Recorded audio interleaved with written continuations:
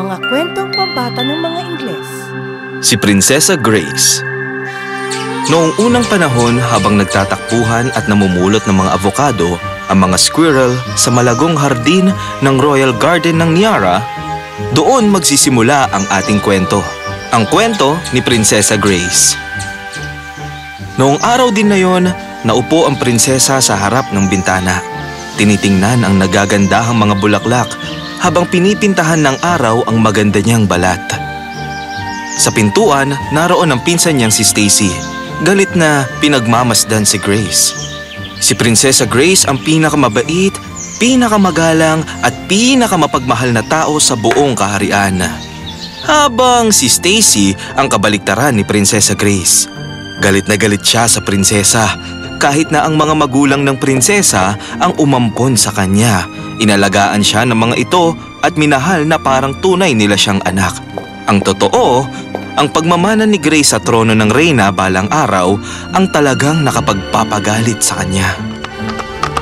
Ang ganda ng kaharian na ito. Tama! Si Prinsipe Ryan yun ng kalapit na kaharian. Naroon siya para kitain ang hari at pag-usapan ang kalakalan ng dalawang kaharian. Tuloy ka, Prinsipe Ryan. Kinagagalak namin ang pagbisita mo.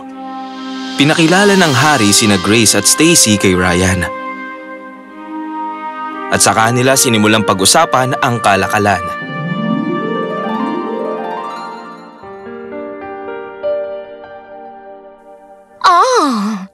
Kailangang maakit sa akin ang prinsipe bago pa niya mapansin si Grace. Kinahapunan, habang naglalakad sa hardin si Prinsesa Grace, nilapitan siya ni Ryan para kausapin. Mahal na prinsesa. Kamusta? Tutal mananatili ako rito ng ilang araw. Maaari mo ba akong ilibot dito sa maganda niyong kaharian? Sige, magkita tayo mamaya sa gate pagkatapos ng hapunan. Salamat.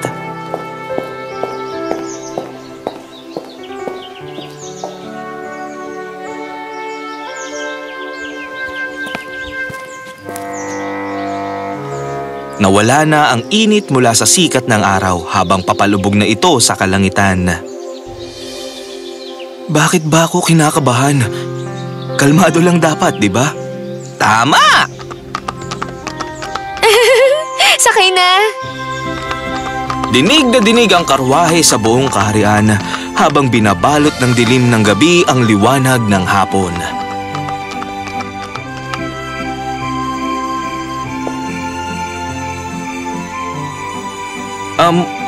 Bakit ba tayo nandito?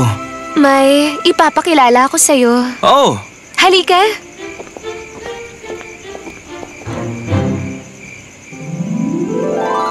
Wow! Ano ang lugar na to? Aksidente ko itong natagpuan noong naligaw ako habang nakikipaglaro sa kapatid ko. Takot na takot ako noon hanggang sa nakilala ko sila. Sila? Tom ang pangalan ko. Tapos ka na? Oo. Sige, ngayon, ano ang pangalan mo ulit? Ako si Prinsipe Ryan. Mula ako sa Dentang Kingdom. Nandito siya sa kaharian para sa opisyal na trabaho, kaya ako siya sinama rito. Hindi ka dapat nagsasama ng iba. Yun ang usapan natin. Alam ko, pero gusto ng mga tatay namin na ikasal kaming dalawa at gusto kong…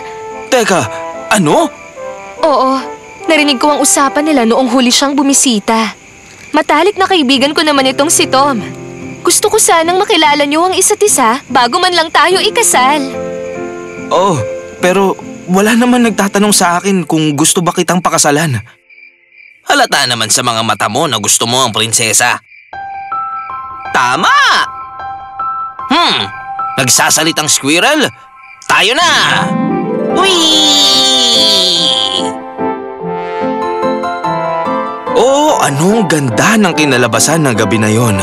Kumanta, nagsayawan at naglaro sila. Whee! Mabait siya. Nang patapos na ang gabi, nagpaalam na sina Ryan at Grace at saka bumalik sa kaharian. Maraming salamat, prinsesa. Sobrang natuwa ako sa ginawa natin. Ako rin. Sa palagay ko, nauhulog na ako sa kanya. Tama! Samantala, si Stacy ay nag-aabang na gumabi para makatakas siya sa kastilyo. Hahanapin niya si Fairy Gerula na siyang nagtatago sa kuweba malayo sa kabihasnan at pinsan pala niya ang mga nilalang na goblin. Ano ang sadya ng prinsesa rito ngayong 10 oras ng gabi? Ako si Lady Stacy. Naparito ako para humingi ng pabor sa'yo. Sinabi ni Stacy lahat-lahat tungkol kay Grace at Ryan at na gusto niyang mawala ang pinsan niya sa eksena. Gagawin ko ang gusto mong mangyari. Pero sa kung anumang hindi maipaliwanag na dahilan at hindi mo napakasalan ng prinsipe, hahayaan mo akong baguhin ang anyo mo at gagawin kitang kulay berde na ahas. Payag ka? Ano? Kabaliwan ang gusto mong gawin ko bilang kapalit. Kung hindi mo yun maipapangako sa akin, mas mabuti pang umuwi ka na sa inyo. Ano bang iniisip ko? Sigurado naman akong mauhulog ang pag-ibig ng prinsipe sa akin oras na mawala si Grace. Pumapayag na ako sa gusto mo. Mga pinsan ko, lubos akong nagsusumamo sa inyo. Ang batang prinsesang si Grace ay gusto naming maglaho. Gawan niyo ako ng sumpa para matupad na ang pagkawala ng prinsesa. Maglaho habang buhay na parang bula.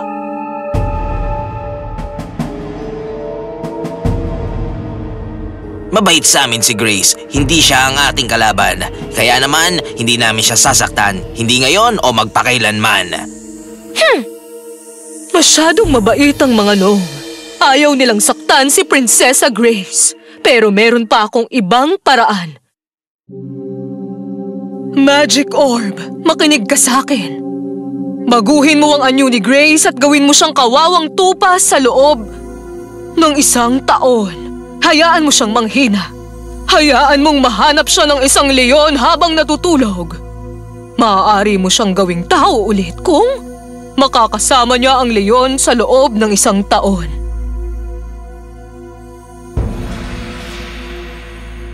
Wow! Gagana ba talaga yung ginawa mo? Huwag mo akong pagdudahan. Umuwi ka na sa inyo dahan-dahan, tapos mamayang umaga, ayain mo ang pinsan mo na maglakad-lakad sandali sa may park. Oh, maganda yan. Salamat. Nang paalis na si Stacy, napangiti si Fairy Gerula. Ang hindi niya alam, narinig ni Gnome Tom ang lahat ng ginawa at binabalak niya. Nanganganib si Grace. Dapat makarating ako sa palasyo bago mag-umaga. Nagmamadaling pumunta si Tom sa palasyo habang nakasakay sa kalesa niyang hinihila ng isang kuneho. Kinaumagahan, pumunta agad si Stacy sa kwarto ni Grace. Gising na, mahal kong pinsan. Samahan mo ako sa park. Nawawala kasi ang diamante kong kwintas. Napanaginipan ko kagabi na naroon daw yon. Oh, oo, sige. Ang gaganda namang kumpol ng mga tupa. Napaka-inosente. Sino na ngayon ang tagapagmana ng trono? Sa akin na rin si Prinsipe Ryan. Plinano ko lahat ito. Magdusa ka ngayon, Grace. Pagkasabi nun, tumalikod na si Stacy at iniwan ang pinsan niya sa gitna ng park. Ha? Hindi! Grace! Kung ikaw yan, tumango ka. Naku, pasensya ka na talaga, Grace. Anong gagawin ko? Alam ko na. Dito ka lang at huwag kang lalayo dito sa palasyo. Nakita rin kita. Makinig ka. Sinabi ni Gnome Tom ang lahat kay Prinsipe Ryan na ikinabigla naman niya. Naku naman, kailangan nating sabihan ng hari ngayon din. Hindi mo yun pwedeng gawin. Kay Grace nakapatong ang sumpa at anuman ang gawin mo, hindi mawawala ang sumpa hanggang sa lumipas ang 1 taon. Pero hindi pa yan ang masamang balita. Nakasaad din sa sumpa niya na matatagpuan siya ng isang leon habang natutulog. At alam mo naman na hindi mabait ang mga leon sa tupa. Maliban na lang kung kung ano.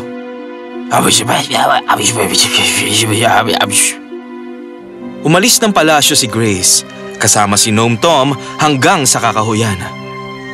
Aalis muna ako. Pero huwag kayong mag-alala. Maayos din ang lahat. Pagkasabi nun, umalis si Tom. Walang ibang magawa ang nalilitong si Grace hanggang makatulog siya dahil sa pagod kakalakad.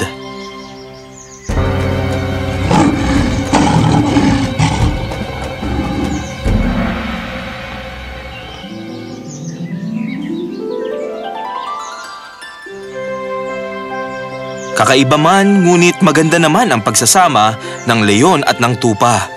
Madalas pa nga silang maglaro sa ilog, manood ng takip silim at tinitingnan ang isa't isa na parang nag-uusap sila.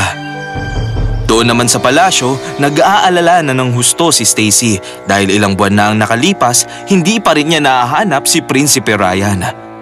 Maraming panahon na rin ang nagdaan at lumipas. Maraming halaman at puno ang umusbong hanggang lumipas ang 1 taon. Nang umagang yon, nagpunta si Grace sa ilog para uminom at habang umiinom nakita niya ang sarili. Nakita niya na nanumbalik na ang dati niyang anyo. Tao na akong muli! Tama! Nandyan ba kayo? Alam mo ba kung sino ang leon na yan? Si Prinsipe Ryan yan! Ano? Pinaliwanag ni Tom kay Grace ang lahat. Kinuwento niya kung paanong matapos sabihin sa prinsipe ang sumpa, nakahanda na siyang maging leon para protektahan siya. Oh, Ryan. Mahal na mahal kita, Ryan. Mahal na mahal din kita, Grace. Samantala, sa di kalayuan sa likod ng mga puno, nakatayo ang hari at reyna. Naglakad sila sa kakahuyan. Halos wala ng pag-asa dahil saktong 1 taon na nang mawala ang anak nila noong araw na yon. Nakita nila ang lahat ng pangyayari ngunit hindi sila makapaniwala. Grace! Ang anak ko! Ina? Ama? Nang mayakap nila ang isa't isa, kinuwento ni Grace ang lahat sa kanila. Galit na galit sila, pero higit pa ron, nasaktan sila dahil pareho naman nilang mahal sina Stacy at Grace. Ako na ang bahala sa kanya mamayang pag-uwi. Ngayon, may mahalaga muna akong bagay na sasabihin.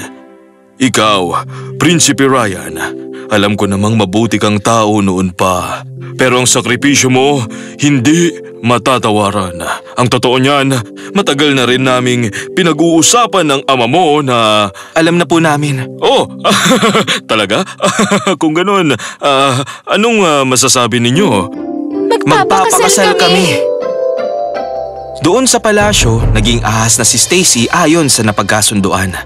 Sobra ang pagiging masama mo. Ayokong mapuno ng mga katulad mong masasama ang mundo dahil ako lang dapat ang nag-iisang masamang tao sa buong mundo. Nang makarating sa palasyo ang hari, tinawag niya si Stacy pero hindi nila siya mahanap kahit saan. Galing dito si Fairy Gerula. Naamoy ko ang pabango niya. Nangyari na siguro kay Stacy ang kabayaran. Kung ganun, masakit man sa puso ko pero dapat lang sa kanya yon dahil mas masahol pa sa krimen ang pagtataksil sa mga taong nagmahal sa'yo. Diyan nagtatapos ang kwento. Nagpakasal sina Prinsesa Grace at Prinsipe Ryan. Naging Royal Commander si Gnome Tom. At ako naman, inaalagaan ako ni Ryan at Grace. Wala na akong mahihiling pa. Ano man ang sinasabi nila, ang tanging isasagot ko lang ay… Tama!